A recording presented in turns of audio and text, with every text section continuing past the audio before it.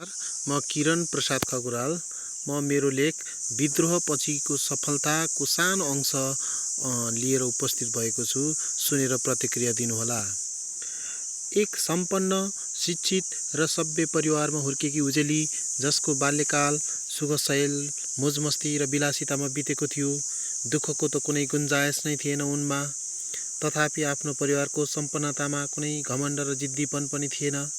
समयको वेग र समुद्रको छालले कसैलाई पर्खदैन भने झैँ जीवनको समधुर बिहानी पार गर्दै मध्याह्नतिर लम्कँदै गर्दा यौवन अवस्थाका लक्षणहरू पर्दारोपण भइरहेका थिए।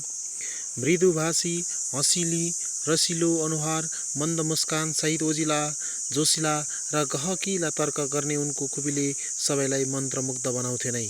कुराकानीकै बीचमा गफिने उनको स्वभावले सुनमा सुगन्ध थपेको थियो।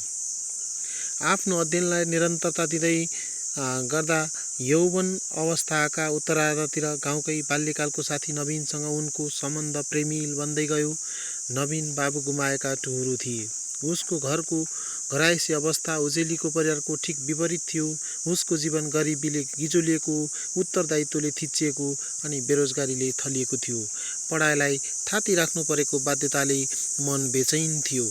उसको उजेलीसँगको सामिप्यताले केही राहत महसुस गरेको थियो। उसले साँच्चै मानिस प्रेममा अन्ध हुन्छ भने झैँ समयको चक्रसँगै पारिवारिक असहमतिलाई लत्याउँदै उजेली नवीनसँगै बाँच्ने र सँगै मर्ने प्रण गर्दै भागी विवाहको लगन गाँठोमा कसिन पुगिन्। बिहे पश्चात एकाएक उनको दैनिकी परिवर्तन हुन थाल्यो। आशाहरू निराशामा परिणत भए। समृद्धिको ठाउँमा दरिद्रताले लियो। अभाव र दबावका बीचमा जेलिएको जिन्दगीको कठिन यात्रा घिस्रिँदै कछुवाको गतिमा अघि बढ्न थाल्यो। जसो तसो वैवाहिक जीवन 5 वर्षमा प्रवेश गर्दै गर्दा उनी एक छोरीकी आमा समेत बन्न पुगिन्। चाडपर्व र दुःख सुखमा छोरीलाई माइतीको सम्झना आउनु स्वाभाविक थियो। तर माइतीसँगको सम्बन्ध शून्यतामा चलेकोले आफ्नो मनका व्यथा पोख्ने ठाउँ समेत नहुँदा उनमा बेचैनी बढेको थियो। बेला बेलामा बाल्यकाल सम्झिँदा मुटु भूकम्पले चिरा परेको जमिन जस्तै छिया छिया भएको अनुभूति हुन्थ्यो। मनमा ज्वालामुखी विस्फोटन हुन्थ्यो। दिमाग बिजुलीका तरङ्गले झट्का दिए जस्तै तरङ्गित हुन्थ्यो। पश्चातापका लहराहरू छुट्थ्यो। शरीरमा पसिना खलखली आउँथ्यो र उनी एक्कासी भक्कानिन थाल्थिन्। बिस्तारै श्रीमानसँगको प्रेमिल सम्बन्धमा दरार आउन थालेको थियो। उनीहरूका बीच दिनहुँ घर झगडा दैनिक कार्यतालिकामा समेटिएको थियो। भनाभन र कुटपिटले घरको वातावरण कोलाहल र हिंसात्मक बन्दै थियो।